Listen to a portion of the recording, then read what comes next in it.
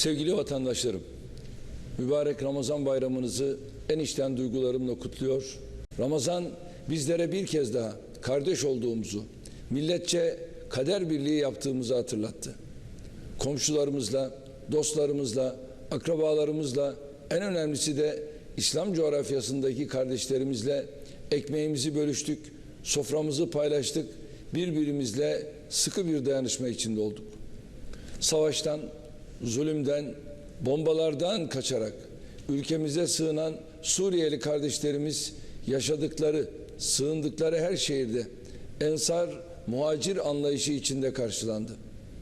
Ramazan'da yakın çevresindeki ihtiyaç sahiplerini gözeten aziz milletimiz, Suriye, Gazze, Tel Afer, Doğu Türkistan başta olmak üzere başka ülkelerde yokluk ve zorluk çeken kardeşlerimize de yardım elini uzattı.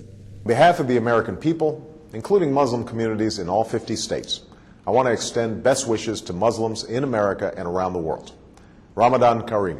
אזרחי ישראל המוסלמים, אני שמח לברך אתכם לרגל תחילת חודש הרמדאן, רמדאן כרים. אני מאחל לכם את כל הטוב שבעולם. גם השנה אנחנו יודעים שלא כל העולם טוב. העולם המוסלמי מציין את חודש הרמדאן כשהמזרח התיכון בוער כתוצאה ממלחמת אזרחים ומלחמות דת בין סונים לשיעים.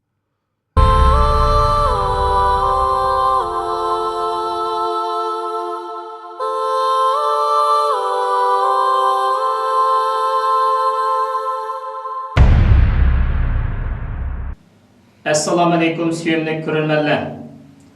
Ulug' Ramazon oyining boshlanganligi munosabati bilan Shvetsiya Uyg'ur ma'rif uyushmasining hay'at a'zolariga vakolatan vatan ichi va sirtida Ramazon kayfiyatini surib, taat ibodat bilan mashg'ul bo'lib yashayotgan barliq Sharqi Turkistonliklarga va dunyodagi barliq musulmonlarga eng oliy ehtirom va samimiy salom yo'llayman.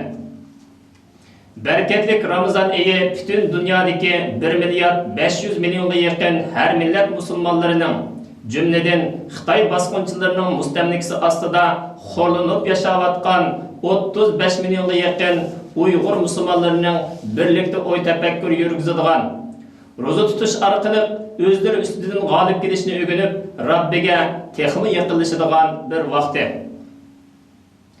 Her qaysi İslam ellerining rahbarlari, shundaqla Amerika ve Avrupa devletlerinin reisleri, Avrupa'daki her derecelik idare organlarının idare başlıkları, hatta İsrailiye mustamlik hakimiyetinin baş ministerleri ikram orqali musulmonlarning mübarek Ramazan ayini bas-basti tabriklab, ularga güzel tilaklarni tilab, tabriknoma yo'llayotgan bir mezgilda Xitoy kommunist bosqinchilari vatanimiz Sharqi Turkistonda Uyg'ur musulmonlarining ro'za tutishi, jamoat bo'lib taroveh o'qishi qatorliq diniy erkinligini qonunga kirgizib cheklashdek bema'ni siyosatlarni yo'lga qo'yish orqali o'zlarining azaldan dinga qarshi, insoniyat madaniyatining rangdorligiga qarshi, xalqaroning demokratik holda taraqqiy qilish to'lqiniga qarshi ekanligidan iborat qabih qiyofatini qayta oshkorlab barliq islom dunyosining noroziligini qo'zg'adi. Jumladan bütün Uyg'urlarning g'azab nafratini qizil siziqqa o'rlatib o'tdi. Uyg'ur musulmonlarining sabr toqat chegarasiga yurkini qopta qilib yaqinlashib qaramliq qildi.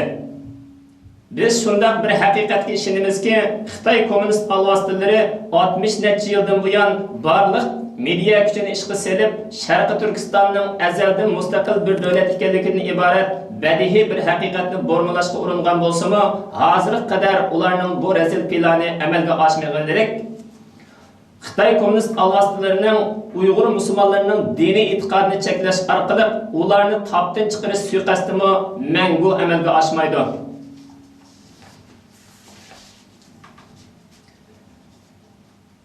Cenab-ı Hak Subhanahu ve Teala ve Tekaddes Kur'an-ı Kerim'de yuridun liyutfi'u nurallahi bi afwahihim vallahu mutimmu nurihi velev kerihel kafirun.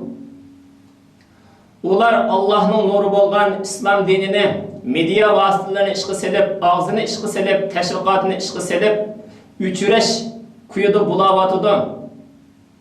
Cenab-ı Hak Subhanahu ve Taala ularning aksin inqilobiga, aksin tashviqotiga qarshi o'zining nuri bo'lgan islom nurini butun dunyoga yayidi va tarishiga o'zi kapolatlik qiladi deydi.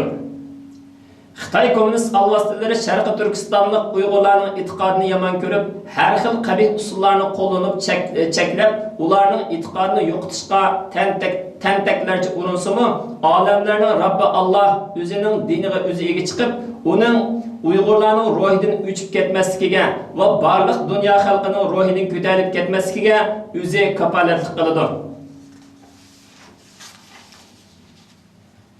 Xitoy kommunist alvastillari qanday qilsa qilsin, Sharqi Turkistonni zo'rlik bilan ishg'ol qilib olganligi, Sharqi Turkistonning Sharqi Turkistonliklarga oid ekanligidan iborat haqiqatni o'zgartib, xalqaroning aqlidan aslo o'tkazilmaganidek, insonlarning dinini majbur o'zgartirishga urinishidek qabih jinoyatini har qancha tatliq so'zlar bilan pardozlab bo'lsa-mu, xalqaro jamoatchilikning oldida beshini ko'tarib mangolmaydi.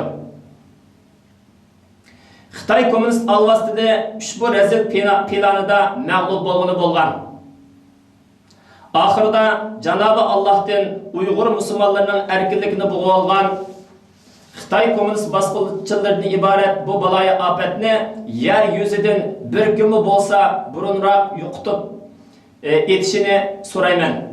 Shundaqla Uyg'ur musulmonlari navbatda duch kelayotgan qiyin o'tgan oldida xalqaro jamiyatning bo'libmi islom dunyosining sukutda turmasligini chin dilimdan talab qilaman.